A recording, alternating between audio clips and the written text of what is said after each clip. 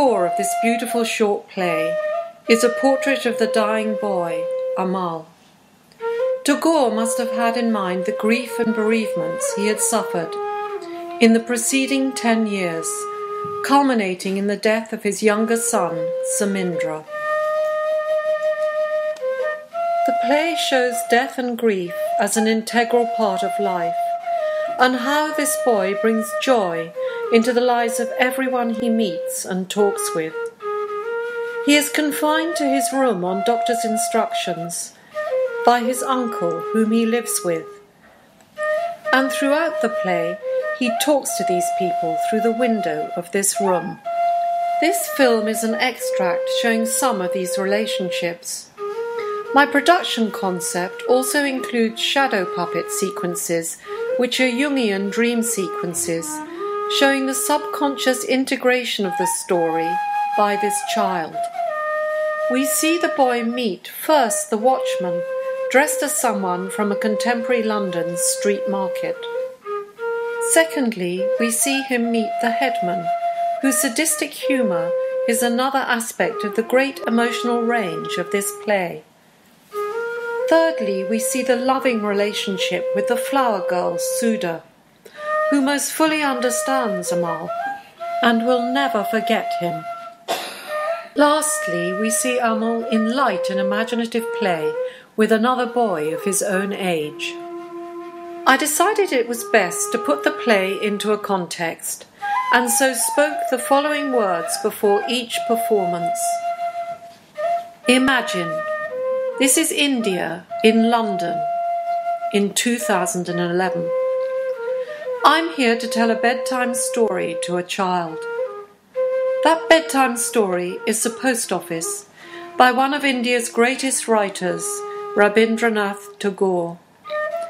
You will hear our story and see its imaginative embodiment as our child experiences it. Our setting is an ordinary child's bedroom anywhere in London. Like the ancient Ramayana, our story was first told in India. Rabindranath Tagore told it there in 1912, when he first staged this play.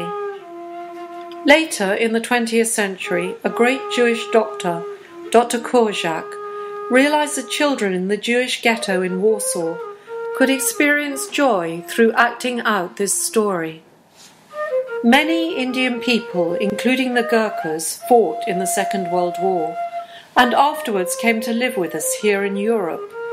They brought their rich and wonderful Indian stories to our British culture here.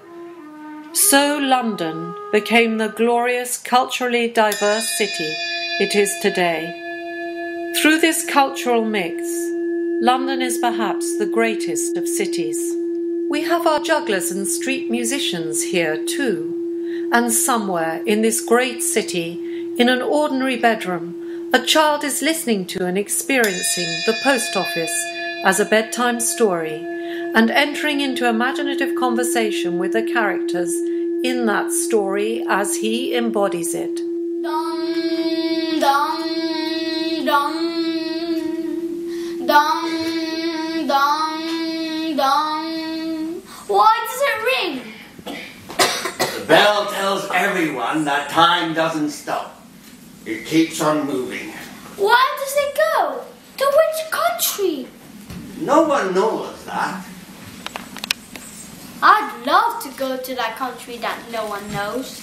It must be a long way off, that country that no one's been to. Everyone has to go there, Baba. Will I have to go there? Certainly.